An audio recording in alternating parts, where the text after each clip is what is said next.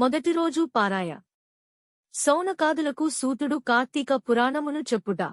పూర్వం నైమిసారణ్యమునకు సూతమహర్షి రాగా ఆయనను శౌనకాది మునులు సత్కరించి సంతుష్టుని చేసి కైవల్యదాయకము అయిన కార్తీకమాస మహాత్యమును వినిపించి మమ్ములను ధన్యులను చేయమని కోరారు.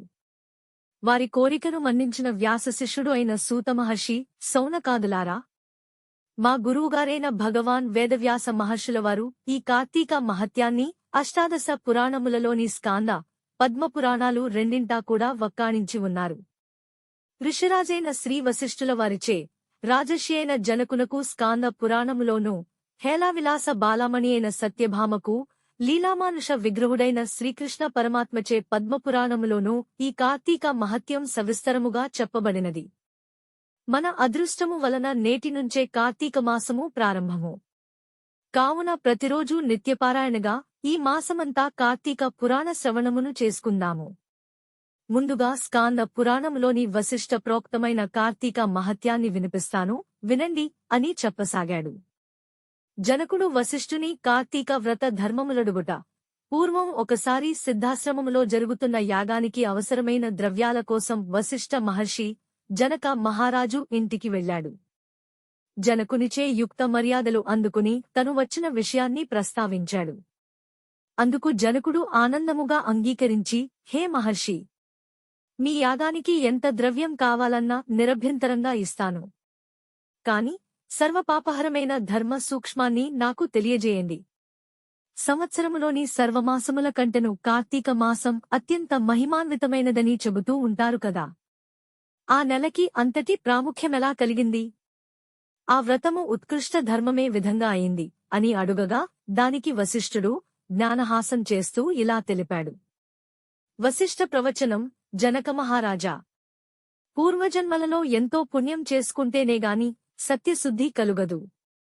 ఆ సత్యశుద్ధి కలిగిన నీ వంటి వారికి మాత్రమే ఇటువంటి పుణ్యప్రదమైనది, వినినంత మాత్రం చేతనే అన్ని పాపాలను అణచివేసేది అయిన కార్తీక మహాత్యమును వినాలనే. జనకమహారాజా, పూర్వజన్మలలో ఎంతో పుణ్యం చేసుకుంటేనేగాని సత్యశుద్ధి కలుగదు.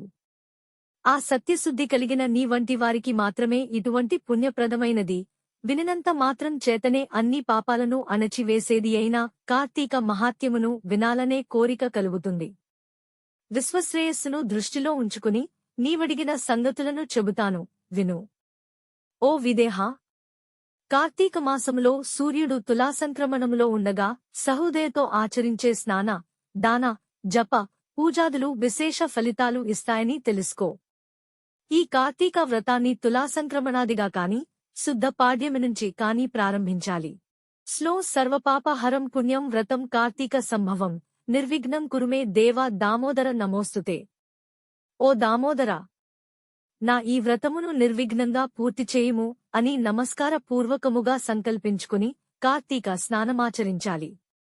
కార్తీకంలో సూర్యోదయ వేళ కావేరీ నదిలో స్నానము చేసినవారి పుణ్యం చెప్పనలవి కాదు.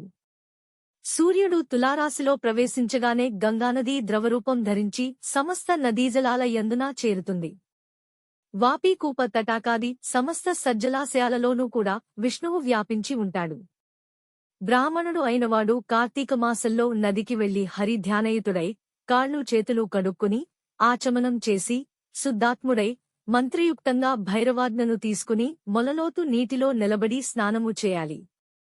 పిదప దేవతలకు, ఋషులకు, పితరులకు తర్పణాలను వదలాలి. అనంతరం అఘమర్షణ మంత్రజపంతో బొటనవ్రేలి కొనతో నీటిని కెలికి 3 దోసిళ్ల నీళ్లు గట్టుమీదకి చిమ్మి తీరము చేరుకోవాలి.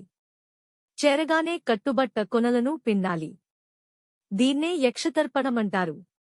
అనంతరం ఒళ్ళు తుడుచుకుని పొడివీమడివి తెల్లనియైన వస్త్రాలను ధరించి హరిస్మరణ చేయాలి. గోపీచందనంతో 12 ఊర్ధ్వ ఉండ్రాళ్లు ధరించి సంధ్యావందన గాయత్రీ జపాలను ఆచరించాలి. ఆ తరువాత ఔపాసనము చేసి బ్రహ్మయజ్ఞం ఆచరించి సంధ్యావందన గాయత్రీ జపాలను ఆచరించాలి. ఆ తరువాత ఔపాసనము చేసి బ్రహ్మయజ్ఞం ఆచరించి తన తోటలో నుంచి చక్కటి పుష్పాలను తెచ్చి శంఖచక్రధారి అయిన విష్ణువును సాలగ్రామ మందునుంచి సభక్తిగా షోడశోపచారాలతో పూజించాలి. అటు పిమ్మట పురాణ పఠనముగాని శ్రవణమునుగాని ఆచరించినవాడై ఇంటికి చేరి దేవతార్చన, దీపార్చన చేసి, భోజనమును చేసి, ఆచమించి పునః పురాణ కాలక్షేమమును చేయాలి. సాయంకాలము కాగానే ఇతర పనులు అన్నీ ముగించుకుని, విష్ణు ఆలయంలో కాని, శివాలయంలో కాని యథాశక్తి దీపాలను పెట్టి, అక్కడి స్వామిని ఆరాధించి, భక్షభోజ్యాదులు నివేదించి శుద్ధమైన మాటలతో వారిని స్తుతించి నమస్కరించుకోవాలి. ఈ కార్తీక మాసము పొడుగునా ఈ విధంగా వ్రతాన్ని చేసినవారు పునర్జన్మ లేకుండా వైకుంఠంలో స్థిరనివాసం పొందుతారు. ప్రస్తుత, పూర్వజన్మలలో చేసిన పాపాలు అన్నీ కూడా కార్తీక వ్రతం వలన హరించుకుపోతాయి. వర్ణాశ్రమ లింగవయోభేద రహితముగా ఈ వ్రతాన్ని ఎవరాచరించినా సరే వాళ్లు మోక్షార్హులు కావటం నిస్సంశయము.